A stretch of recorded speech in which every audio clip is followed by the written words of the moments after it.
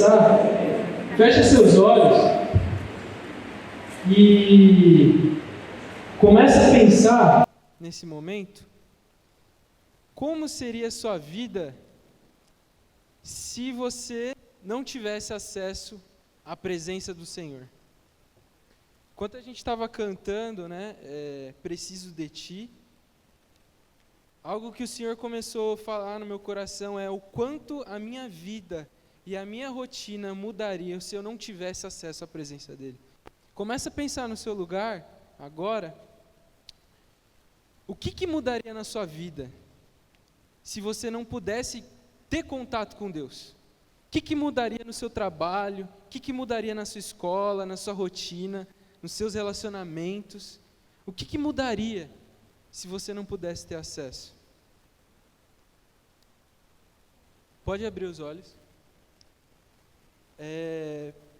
Gente, algo que o Senhor tem incomodado o meu coração, já faz mais ou menos quase que um mês que um versículo, uma palavra não sai do meu coração, que está em Êxodo 40, 1 e 3.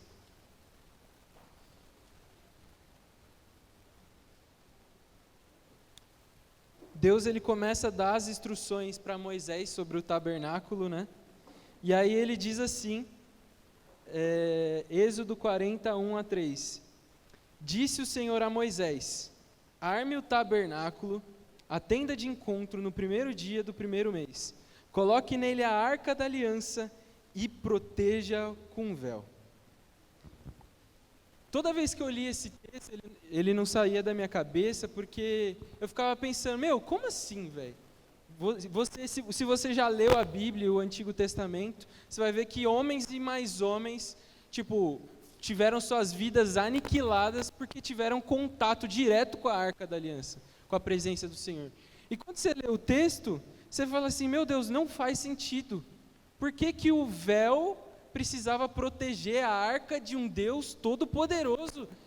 E aí eu falava assim, não faz sentido esse texto na minha cabeça, não faz sentido dessa maneira que eu estou pensando, não faz sentido. E aí a chave para entender esse texto está um pouco antes, está em Êxodo 33, que conta o episódio, não precisa abrir, eu só vou falar e citar um pouco, mas vai contar o episódio de Moisés, que Moisés ele chega, começa a estar perto de Deus, ele fala assim, Deus, eu quero te ver, eu quero ver a tua face. E Deus fala assim, eu não posso te mostrar, porque se eu te mostrar, você não vai aguentar, você como um homem com pecados, você não vai aguentar. E aí o que o texto nos ensina é que o véu não era para proteger a arca, o véu era para proteger o homem, era para nos proteger da ira de Deus. Então, da mesma forma que eu falei para você pensar e refletir como seria a sua vida sem ter acesso à presença de Deus, assim era a condenação do homem naquele tempo. Cara, o homem estava condenado a viver uma vida assim, sem ter contato direto com a presença de Deus. Então o véu não tinha a função de proteger a arca, mas proteger o homem da ira de Deus. Então, depois da queda de Adão, nós, a humanidade, estávamos condenados a essa vida, uma vida sem a presença de Deus. Até que Deus, com a sua misericórdia, Ele faz uma promessa, que ela está registrada em Isaías 7, versículo 14. E por meio do profeta Isaías, ele diz: por isso, o Senhor mesmo lhes dará um sinal. A virgem ficará grávida e dará à luz um filho e o chamará de Emanuel. Glória a Deus. Quando Deus ele faz essa promessa, a palavra que ele usa ali do hebraico, Emanuel, significa Yahweh com a gente, Yahweh conosco, Deus conosco. Então o que o texto, por meio do profeta, né, Isaías, ele quer nos dizer? Que haveria um dia no qual Deus ia poder novamente andar no meio do povo, sem precisar estar coberto, sem precisar cobrir a face dele, que não haveria problema. Isso é o que o texto nos diz. Então, é um sinal profético da esperança e da intenção que Deus tinha de querer se relacionar com o povo novamente, como antes no jardim no Éden. O que acontece é que, desde que essa promessa foi feita, né, desde que Deus falou isso com o povo, ali por meio de Isaías, da mesma forma que aumentou a ansiedade, a expectativa pelo povo para esse dia chegar, então todo mundo estava esperando, quando será que vai vir o Emanuel? Quando será que a gente vai poder de novo ter contato direto com a presença do Senhor? À mesma medida que aumentava essa ansiedade de ver a Deus, o Emanuel, aumentava também a religiosidade e a incredulidade do povo. De tal forma que, se naquele tempo alguém tivesse que apostar de onde viria a revelação de quem é o Emanuel, todo mundo apostaria, não, certamente é dos religiosos. Certamente vai vir através do sacerdote, do sumo sacerdote, dos fariseus, dos saduceus. Isso é algo que todo mundo esperava. Todo mundo esperava, se Jesus, né, se o Emanuel vir, vai ser por meio desses caras que ele vai se apresentar, né? E aí, a gente chega num relato que a gente vai estudar hoje. Eu não vou ler o texto, mas eu peço que você abra sua Bíblia, e depois você vai ler na sua casa, que é em Lucas 1, capítulo 1 e capítulo 2. Lucas, ele vai nos contar um pouco essa narrativa de como Emanuel foi apresentado, como Jesus foi apresentado para o povo. E Lucas, no seu relato, ele começa por João Batista. E aí ele começa ainda antes de João Batista, na verdade. Ele começa pelo pai de João Batista. Ele começa falando sobre Zacarias. Zacarias, ele era um sacerdote, ele era da linhagem de Levi, né, descendente de Arão. E como sacerdote, ele tinha as obrigações do templo. Então ele tinha o ministério dele, ele tinha que servir lá. E acontece que, dentro das obrigações de Zacarias, os sacerdotes, eles tiravam as sortes. Então, por exemplo, estavam todo mundo lá, eles sorteavam quem seria o sacerdote responsável por aquele período de tempo para oferecer um sacrifício ou um incenso. E aí a Bíblia vai falar que naquele período, Zacarias foi escolhido para ir ao templo e cumprir as obrigações. Só que tem algo que a gente precisa se atentar no texto. Zacarias, no hebraico, significa Deus lembrou. Deus se lembrou. Deus se lembrou da promessa dele. E aí Lucas vai nos contar sobre o que aconteceu. Zacarias, então, estava ali no santo lugar, no altar do incenso, quando o anjo aparece para ele. Só que, para a gente estudar um pouco mais, a gente precisa entender a posição onde ficava o altar de incenso. O altar de incenso, ele fica, imagina que aqui é o altar de incenso, e ali é a Arca da Aliança. Então, o sacerdote que iria oferecer o sacrifício, ficava de frente para a Arca da Aliança.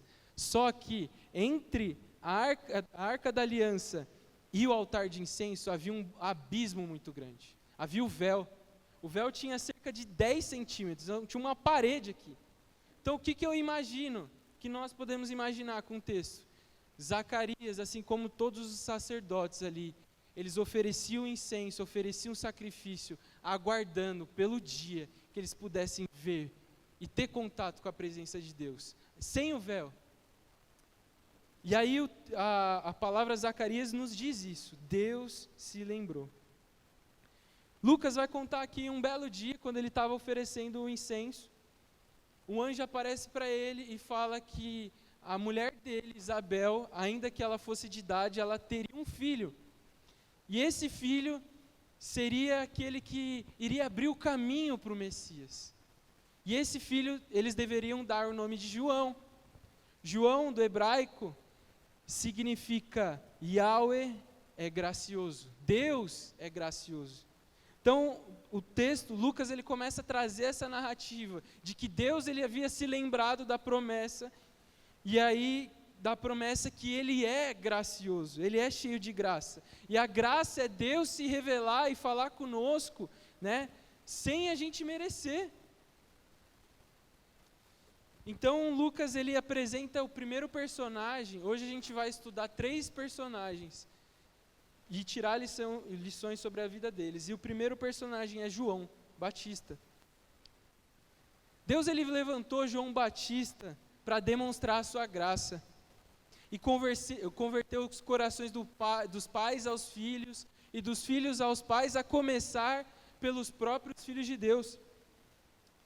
João ele era da linhagem, se ele era filho de Zacarias, ele também era da linhagem de Arão e de Levi, na verdade, né, de Levi. Ele também era da linhagem dele, ou seja, ele tinha a obrigação e o privilégio de ser um sacerdote. Então, como sacerdote, tinha as regalias de sacerdote, os privilégios de sacerdote, a honra de sacerdote. Porém, Lucas vai nos contar que João cresceu no deserto, ou seja, ele abdicou de toda a honra, de todo o serviço e todo o ministério que ele tinha para viver no templo, para viver no deserto. Uma vida sem prestígio, uma vida sem holofote, uma vida remota, sem honra, e uma vida esquisita.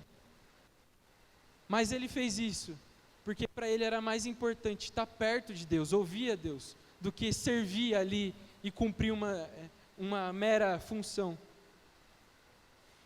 Se o Messias tivesse que se revelar a alguém, com certeza não seria para alguém que abandonou o ministério para viver no deserto. Só que João, ele foi contrário com aquilo que todos estavam pensando.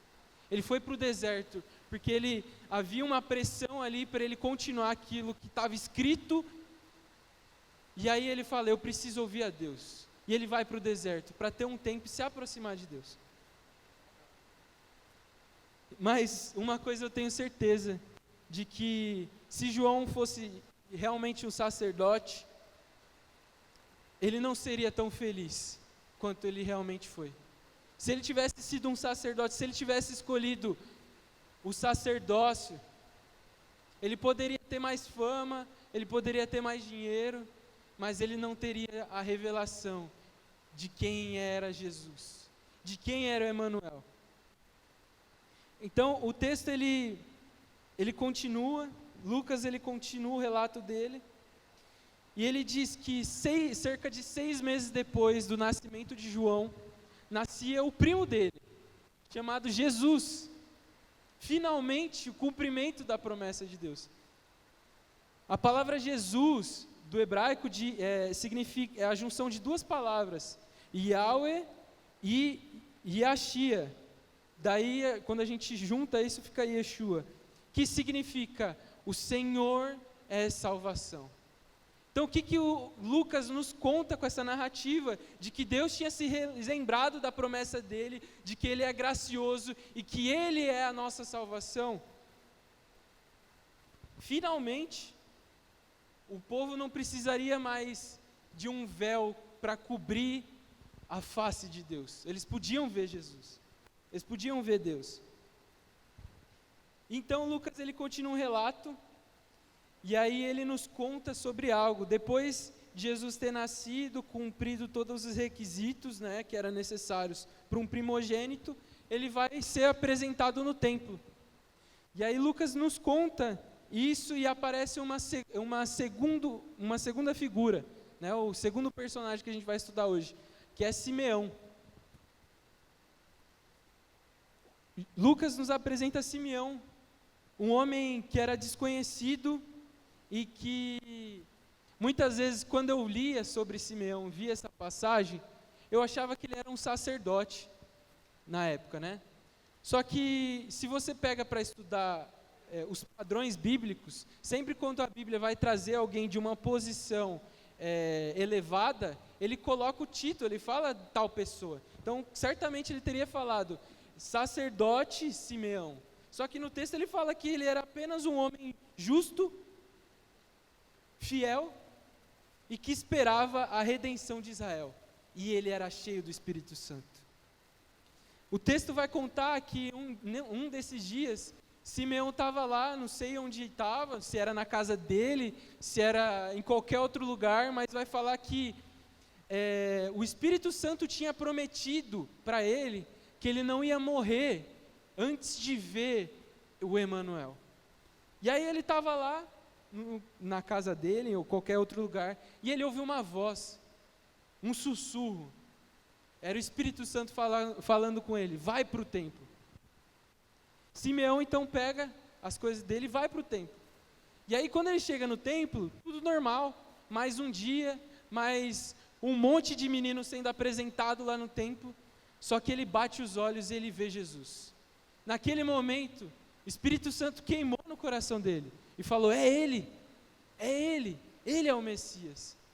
E aí quando ele vê Jesus, a primeira coisa que ele faz é pegar Jesus nos braços, ele os levanta e ele diz em Lucas 2, 19 a 32, ó soberano, como prometestes, agora podes despedir em paz o teu servo. Agora eu posso morrer, em outras palavras, pois os meus olhos já viram a tua salvação, que preparastes à vista de todos os povos, luz para a revelação aos gentios e para a glória de Israel, teu povo. E aí então, depois disso, Simeão pega o menino, abençoa ele, e ele segue vida, se despede. E aí o texto, Lucas vai nos introduzir a terceira e última figura que a gente vai estudar hoje aqui, que é Ana. O texto começa apresentando Ana, e ele diz que Ana era uma profetisa em Israel, da tribo de Aser, que ela era viúva, e se uma mulher, ela não era valorizada naquele tempo, muito mais uma viúva, porque quando o marido de uma mulher morria, o sustento dela acabava, então alguém tinha que sustentar ela, ou seriam os seus filhos, ou se ela não tivesse filhos, seria a igreja. Então, de certa forma, a viúva era um peso para a sociedade, era um peso para todos.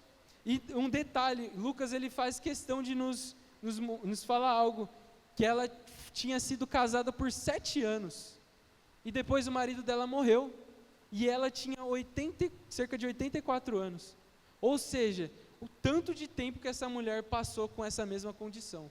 Só que o texto também fala que ela não saía do templo, ela ficava no templo todos os dias, adorava, jejuava, e por ser uma profeta, né, uma profetisa, ela certamente era cheia do Espírito Santo também.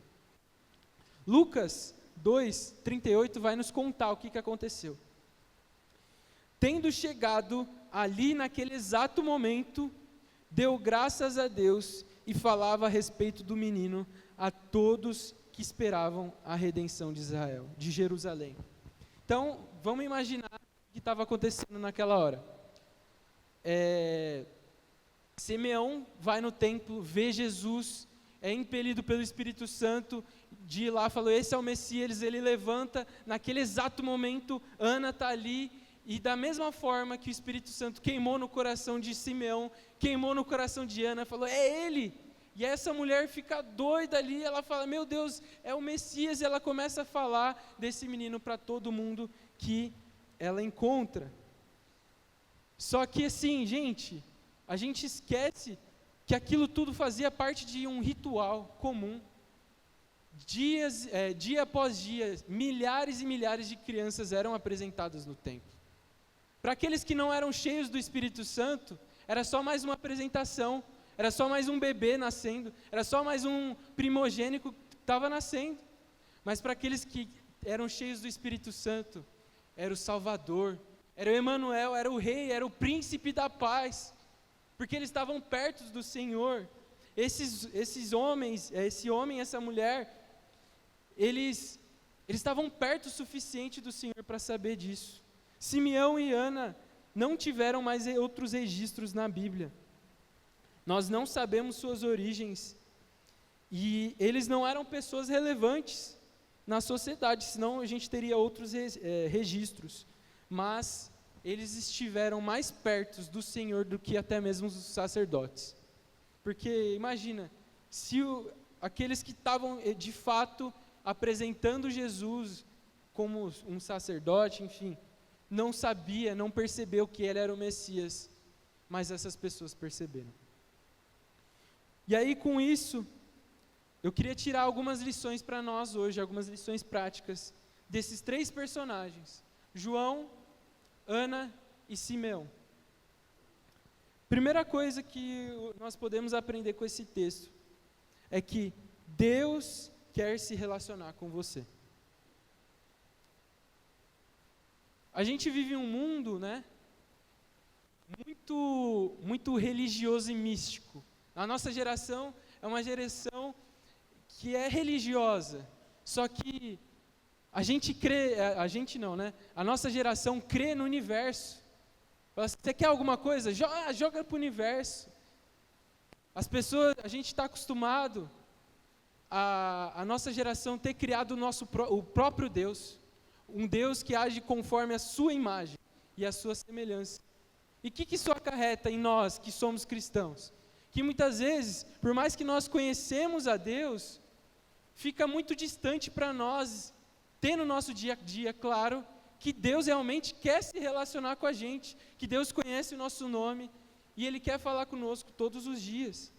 Só que, gente, a história de Deus não parou lá em Êxodo 40 com um véu.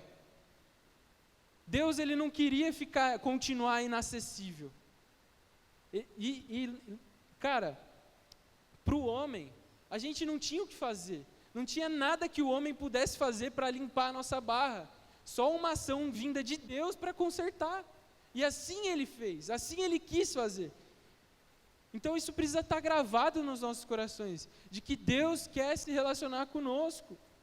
Mas assim, a gente não pode tratar Ele como uma energia, como um Deus impessoal. Talvez você possa se perguntar assim, eu não trato Ele dessa forma. Só que toda vez quando a gente condiciona o nosso relacionamento com Deus a uma oração antes de dormir, uma oração somente antes de comer, a um momento específico, a um domingo, a gente está tratando Deus de forma impessoal. Porque Deus, Ele se revelou através de Emanuel para que a gente não pudesse só adorar Ele ali no Santo dos Santos. Jesus, Ele fala para a mulher samaritana que haveria de chegar um dia que não ia ser preciso adorar em Jerusalém ou em Samaria. E esse dia chegou. E toda vez que a gente não tem essa certeza de que Deus quer entrar no nosso cotidiano e se relacionar conosco, nós estaremos tratando Ele de forma impessoal.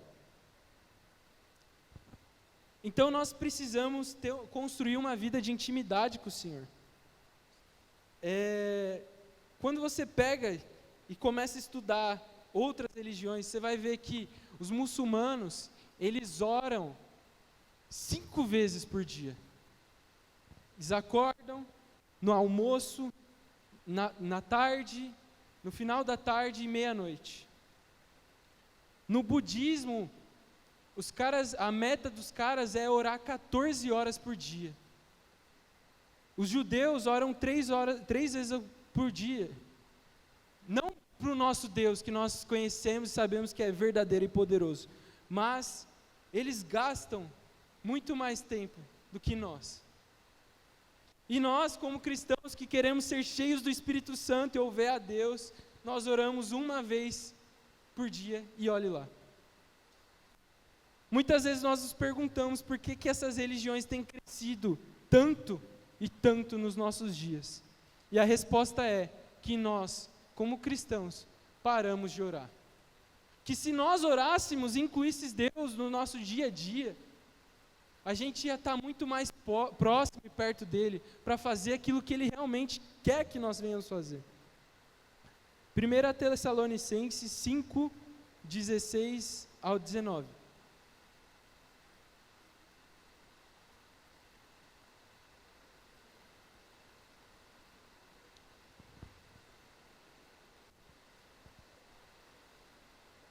O texto diz assim: Alegrem-se sempre, orem constantemente, deem graças em todas as coisas, pois essa é a vontade de Deus para vocês em Cristo Jesus. Não apaguem o espírito.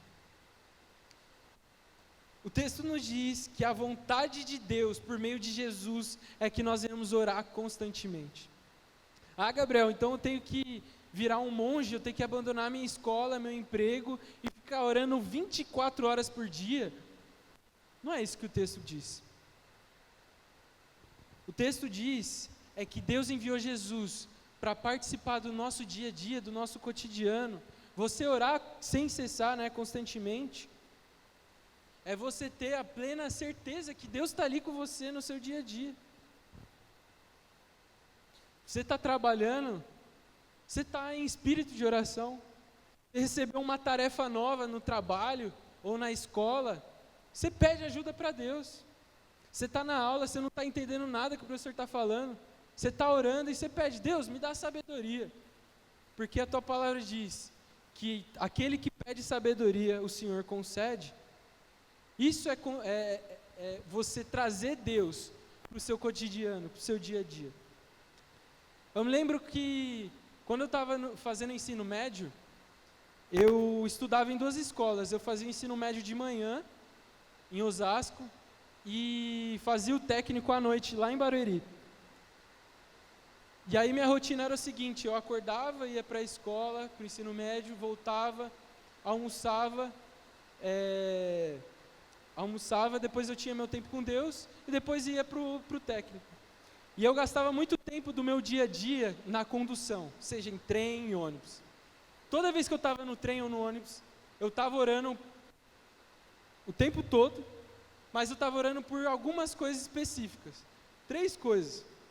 Ou eu estava orando por mim, para que o Senhor me enchesse com o Espírito Santo. Ou eu estava orando para o Senhor me usar para falar com alguém. Ou eu estava orando para que eu pudesse chegar a tempo da escola. Porque eu saía atrasado muitas e muitas vezes. Só que assim, quando eu orava para chegar a tempo, eu orava tanto para o ônibus ou o trem passar rápido, ou quanto para o Senhor congelar o tempo para eu chegar a tempo. Porque o que eu orava, eu falava, Deus, o Senhor, a gente lê isso na sua palavra, que o Senhor parou um dia por causa de uma guerra. Então o Senhor pode parar aqui. E aí eu lembro que anos e anos mais tarde, né, eu comecei, já tinha começado a trabalhar, e aí para ir para o trabalho eu tinha que pegar um fretado, e antes do fretado eu pegava um ônibus, e aí toda vez eu sempre, às vezes quando eu me atrasava, eu ficava orando, Deus, envia o ônibus rápido, ou Deus, para aí o relógio, por favor, 5 minutinhos, vai mudar nada no dia de ninguém. E quando eu estava me lembrando disso, parece um exemplo bobo, mas a vontade do Senhor é que nós venhamos incluir Ele em toda a nossa rotina, em todo o nosso dia a dia. Não existe assunto bobo o suficiente que Deus não queira que você fale com Ele, que Deus não queira que você o envolve. Gente, se a gente não envolve Deus nas pequenas coisas do nosso dia a dia, a gente não vai envolver Ele nas primordiais decisões da nossa vida, que é a nossa carreira, a nossa esposa, o nosso marido, os nossos filhos, o nosso trabalho. A gente não vai envolver Ele nessas escolhas. Então nós precisamos gastar tempo com a intimidade do Senhor.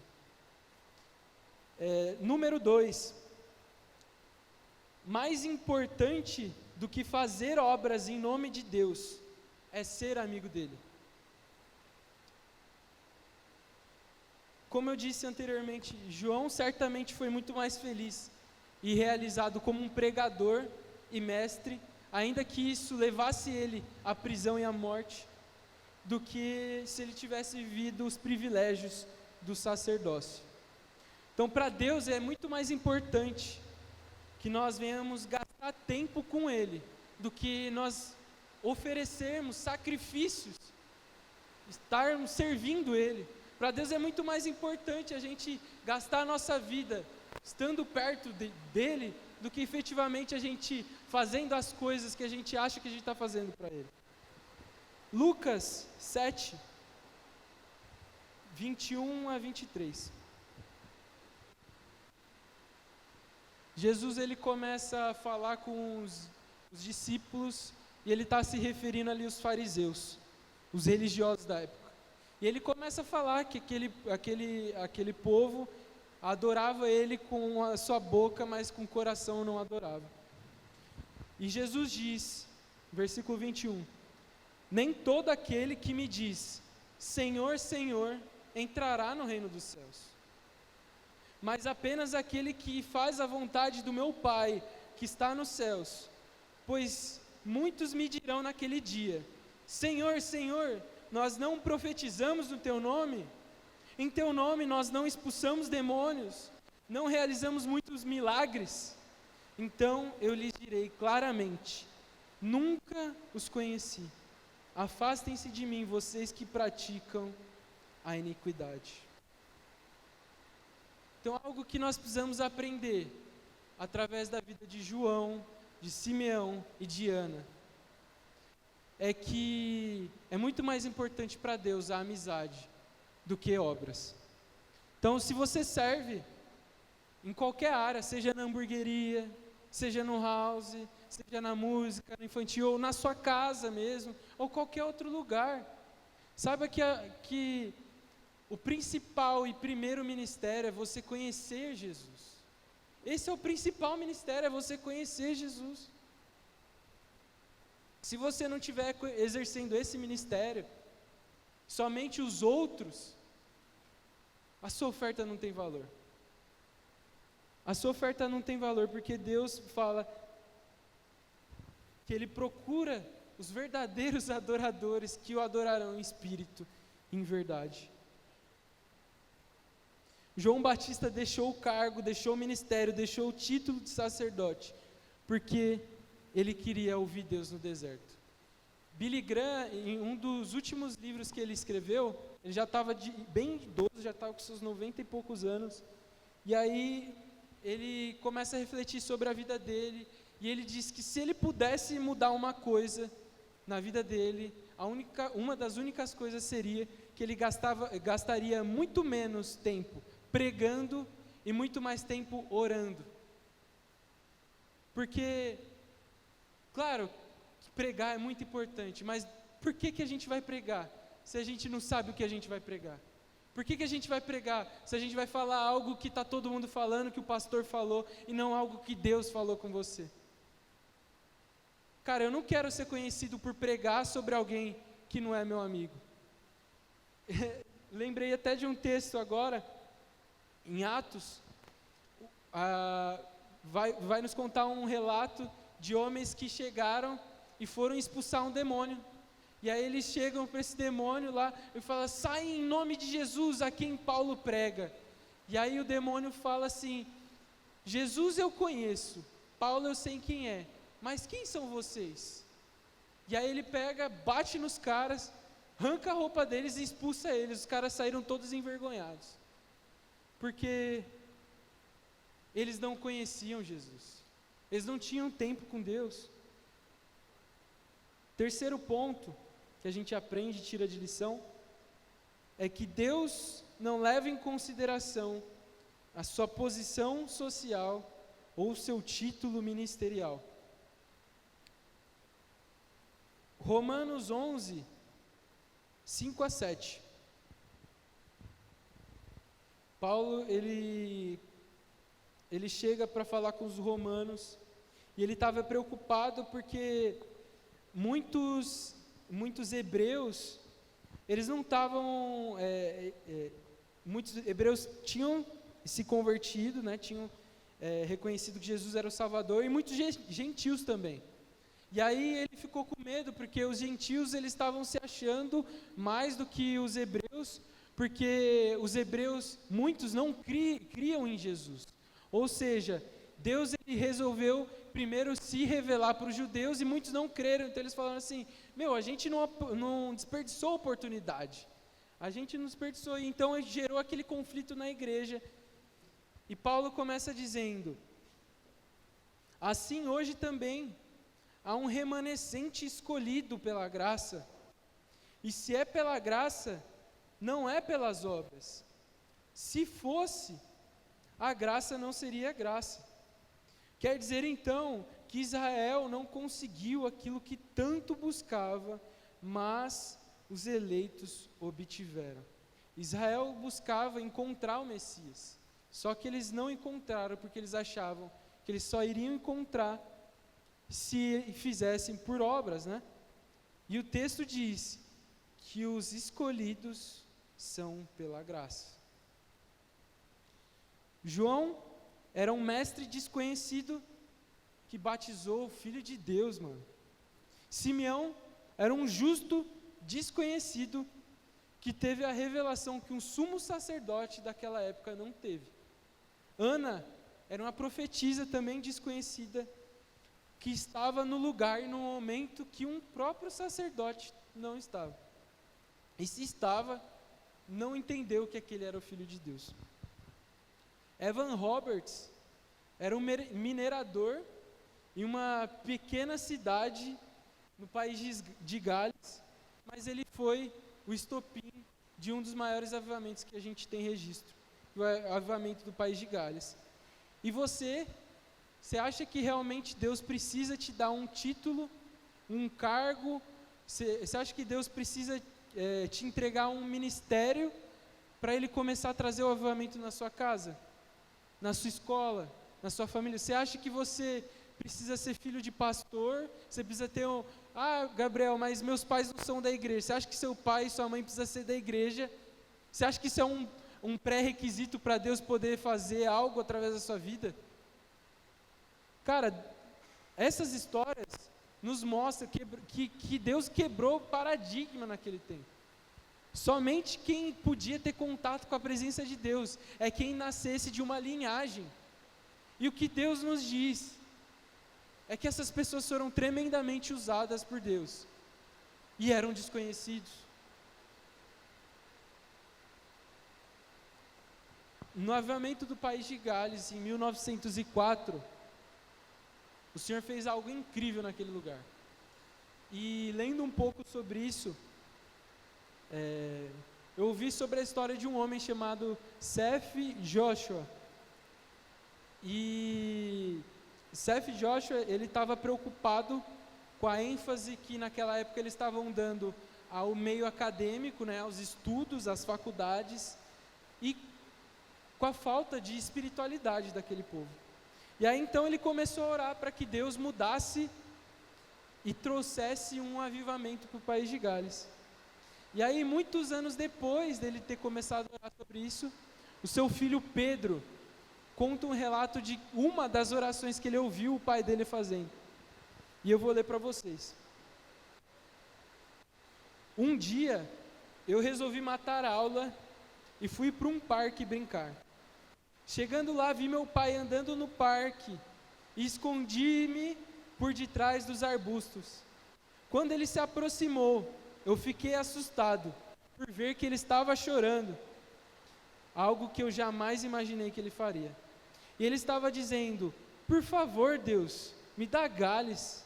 E continuou repetindo essa súplica enquanto eu podia ouvir. Porém, além de pedir o avivamento do país de Gales, ele continuou orando, pedindo para Deus que levantasse um moço das minas de carvão ou dos campos de lavoura, não de Cambridge ou Oxford, para despertar o povo de Deus e levá-lo de volta à presença de Deus. Mal ele sabia que Deus estava levantando justamente um moleque que trabalhava numa mina de carvão no interior do país de Gales, e que anos depois ele ia para um seminário, Joshua, pregar, e ele conheceu Evan Roberts. E Evan Roberts ele ficou pouco tempo no seminário. O Senhor falou com ele, falou: volta para sua terra. Ele voltou, começou uma reunião de oração, e aí aquilo começou a tocar os jovens, os adolescentes, de tal forma que isso começou a impactar aquela cidade, e depois o país de Gales inteiro, e em 6 meses, 100.000 pessoas se converteram, por causa de um moleque que era minerador minerador de carvão, que naquele tempo também não era valorizado. Resumo da história: o Senhor não precisa de um título, de uma posição. O Senhor não precisa que você seja filho de pastor, neto de pastor. O Senhor precisa que você esteja perto o suficiente para ouvir a voz dele, ouvir o sussurro dele. Quarto e último ponto que a gente aprende com o texto que a gente leu é que Deus procura os que estão perto para sussurrar a vontade dele. De novo, de acordo com a lei, Deus só podia ali falar diretamente com sacerdotes. Só que Deus, ele se lembrou da promessa dele, glória a Deus por isso. Porque ele se revelou não para os que estavam ali como sacerdotes, mas ele se revelou para aqueles que estavam perto. João, descendente da tribo de Levi, ele abandonou o sacerdócio, mas ele para estar mais perto do Senhor.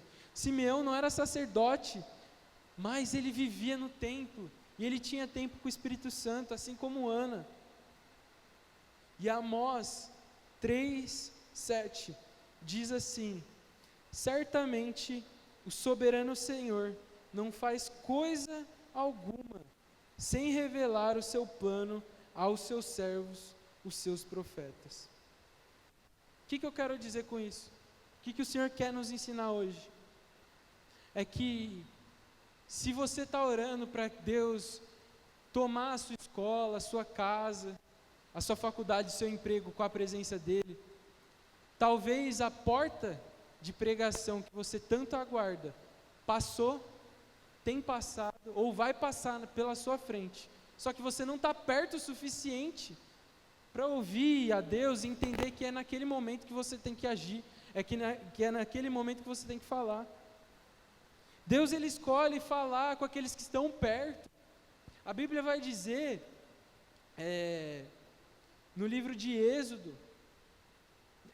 no livro de Gênesis, que Deus, ele estava para destruir uma cidade, e aí ele chega e ele fala assim: a gente pode esconder aquilo que a gente vai fazer do nosso servo, do nosso amigo Abraão? Gente, diferentemente aquilo que o povo achava, de que Deus só ia se revelar aos pastores da época, eu quero te falar uma coisa: se o Senhor vai derramar um avivamento nos nossos dias, Ele vai falar, e não é só com um pastor não, se é pastor, se não é, se é uma pessoa que tem um cargo, se ela está liderando, se ela está fazendo alguma coisa vista pela igreja ou não, Ele vai se revelar àqueles que estão ouvindo, àqueles que estão em oração. Então você quer saber quando o Senhor vai trazer o avivamento, onde vai fazer, você quer participar disso, esteja perto, porque constantemente Ele está aqui, falando, por meio do Espírito Santo.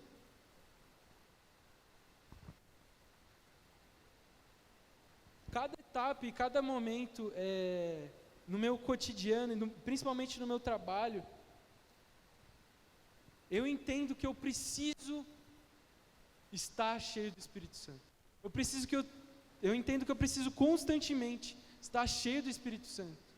Quando a gente entende que Deus, ele quer falar conosco, que Deus, ele quer ter um relacionamento conosco, a gente entende que a todo momento a gente precisa estar cheio dele.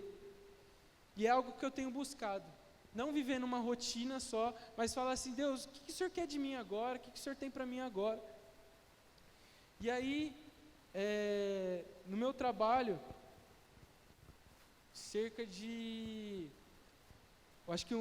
tinha uma mulher que trabalha comigo, né?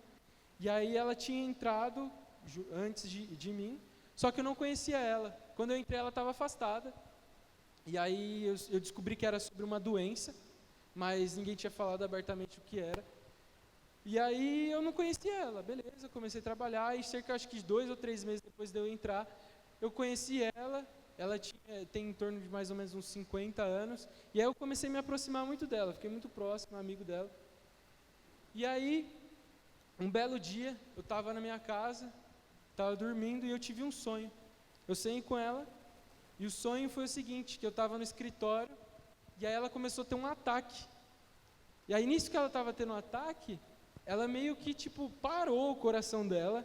E aí eu comecei a fazer massagem cardíaca nela, e ela tinha morrido, e ela ressuscitou na hora. E aí eu acordei. Aí eu acordei, falei pra Vicky o sonho que eu tive, e a gente falou, vamos orar. Estamos orando e tal. Beleza. Naquele momento, o Espírito Santo, eu sabia que o Espírito Santo queria que eu contasse isso para ela. Só que assim, aí chegou campanha, chegou um monte de correria lá no trabalho, e ainda mais que ela estava continuando o tratamento, e aí eu não tive tempo de efetivamente falar com ela. Só que um dia, eu estava saindo do trabalho, estava indo embora, era dia de rodízio, então eu estava correndo, e aí eu vi ela sentada, abatida, num canto lá, meio escondida. E aí o Espírito Santo falou, eu estava perto suficiente naquele momento do Espírito Santo, para que a voz dele, quando ele falasse, eu nem questionei, como muitas outras vezes eu já questionei. Naquele momento, ele falou, eu falei, não, beleza, eu tenho que parar tudo que eu estou fazendo. Eu parei e fui lá falar com ela. E aí eu fui e contei, eu falei, olha, eu sonhei com você. E ela, assim como todo mundo do meu trabalho, é muito místico, né? Acredita nas forças, no universo, enfim. Aí eu cheguei lá, e aí ela olhou para mim assustada, e ela falou assim, e aí, foi bom ou foi ruim? Só perguntou isso. Na hora eu lembrei do sonho exato, aí eu não falei para ela, eu falei assim, eu estou orando por você. Na hora, ela começou a chorar, lá no meio do trabalho, né? Ela começou a chorar e falou assim, o seu sonho foi verdadeiro. Ela falou assim, eu me senti tipo o José, tá ligado? Na época interpretando o sonho, pá. Aí, o seu sonho foi verdadeiro. Aí ela continuou falando que ela estava tendo uma semana muito difícil do tratamento, e que o tratamento tirava muita força dela, tal, e ânimo, e aí ela estava passando uma barra, tal, e aí eu falei, não, mas eu estou orando por você. Eu fui, dei um abraço nela e fui embora. Beleza. Aí passou, veio Natal, Ano Novo, seguiu a vida e tal, e aí, em janeiro, acho que foi umas 2 semanas atrás, um belo dia, minha chefe manda um invite, fala assim, tal fulana, né, essa mulher, vai fazer um pronunciamento, então eu vou marcar um café pra gente. Ela mandou um invite. E aí nisso ela mandou um dia antes e não falou o que era. Aí eu até comentei com a Vicky, eu falei, meu Deus, eu acho que ela vai sair, vai para uma outra área, um outro tal. Beleza. Aí eu estava numa reunião, cheguei meio atrasado lá pro café. Quando eu desci lá, eu cheguei, ela estava chorando. Aí eu falei, ixi, eu tenho certeza que ela vai para outro lugar. E ela chegou, ela veio e falou assim, Gabs, obrigado pelas orações. Eu falei, por quê? Porque eu estou curada do câncer. Ela havia feito os exames e não tinha sido constatado mais nada. Mais nada. E eu fico imaginando, se eu não tivesse perto o suficiente, essa mulher poderia sim ser curada pelos médicos, mas ela não saberia que foi Deus. Eu posso citar também, semana passada, eu estava numa reunião de carreira com a minha chefe, né? E aí a gente estava falando sobre, antes, né, de entrar na reunião de fato, ela chegou e perguntou, e aí, como foi seu final de semana e tudo mais? Aí foi justamente a segunda-feira, depois que a gente carregou a carreta do sertão. Eu falei, eu tô quebrado. Por quê? Porque eu carreguei aí 36 toneladas num caminhão. Não sozinho, né? Mas a gente carregou aí 36 toneladas. Aí ela, sério, por quê? Aí eu comecei a contar sobre o projeto, sobre o sertão, como a gente sustenta o campo missionário lá e tal. Comecei a contar para ela. E aí ela se interessou, começou a falar tal, que sempre gostou de ação social, não sei o que lá. E aí eu comecei a contar sobre as histórias e experiências que eu tive no sertão. Eu comecei a contar o caso, né, da Dona Maria, que a gente estava lá na casa dela, entrou e tipo, tinha um monte de passarinho, e estava tão triste o ambiente que nem os passarinhos cantavam. E aí eu falei, mas aí eu me lembrei de um texto que o Senhor diz que ainda que seja um copo de água que vocês derem para um dos meus pequeninos, você vai estar fazendo isso para mim. E aí eu abracei aquela mulher e ela começou a chorar. Eu comecei a contar isso, a minha chefe, eu olhei para ela, ela começou a chorar. no meio da reunião de feedback de carreira ali. E aí a gente meio que tipo naquele ambiente assim, meu Deus, e agora e tal. E aí ela falou, não, beleza, vamos continuar agora, vamos seguir. Resumo da história, gente. O Espírito Santo está falando o tempo todo conosco. As janelas que Ele coloca estão o tempo todo na nossa frente. A gente precisa estar sensível e perto o suficiente. E para a gente ter obediência, dele falar a gente ir, ele falar a gente agir. A gente tem que ser rápido em ouvir o Senhor e a voz do Senhor. Eu queria terminar, mas antes, queria falar mais algumas coisas. Fique de pé comigo, por favor.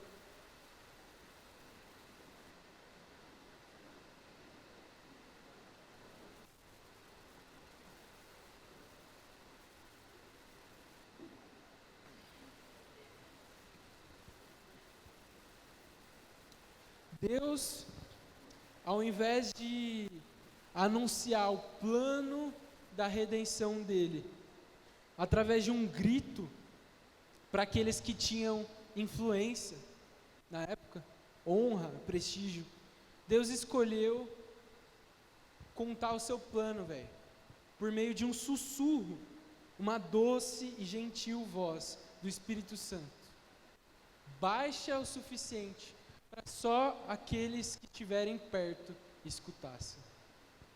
Vocês entenderam o que isso quer dizer?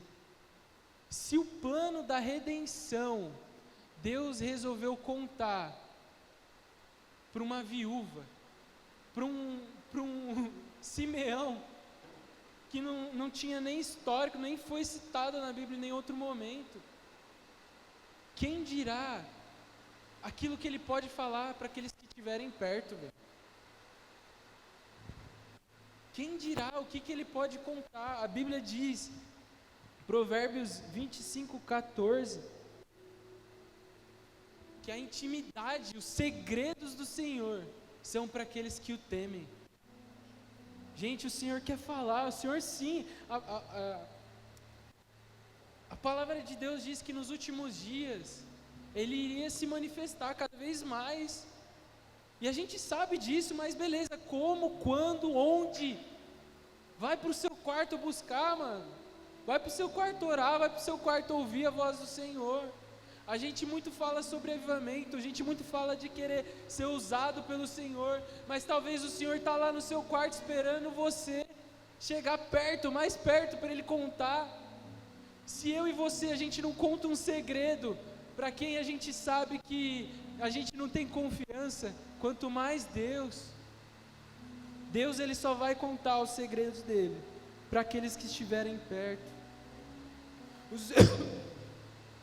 O Senhor não tem buscado os que mais servem, aqueles que mais têm feito obras no nome dEle. O Senhor procura aqueles que estão perto, aqueles que estão perto o temem. Salmo 145, versículo 18 a 21. O Senhor está perto de todos os que o invocam, de todos os que o invocam em verdade. Ele realiza os desejos daqueles que o temem, ouve o grito de socorro e o salva. O Senhor cuida de todos os que o amam, mas aos ímpios destruirá. Com a minha boca eu louvarei ao Senhor, e que todo ser vivo bendiga o seu santo nome para todo sempre. Fecha seus olhos comigo.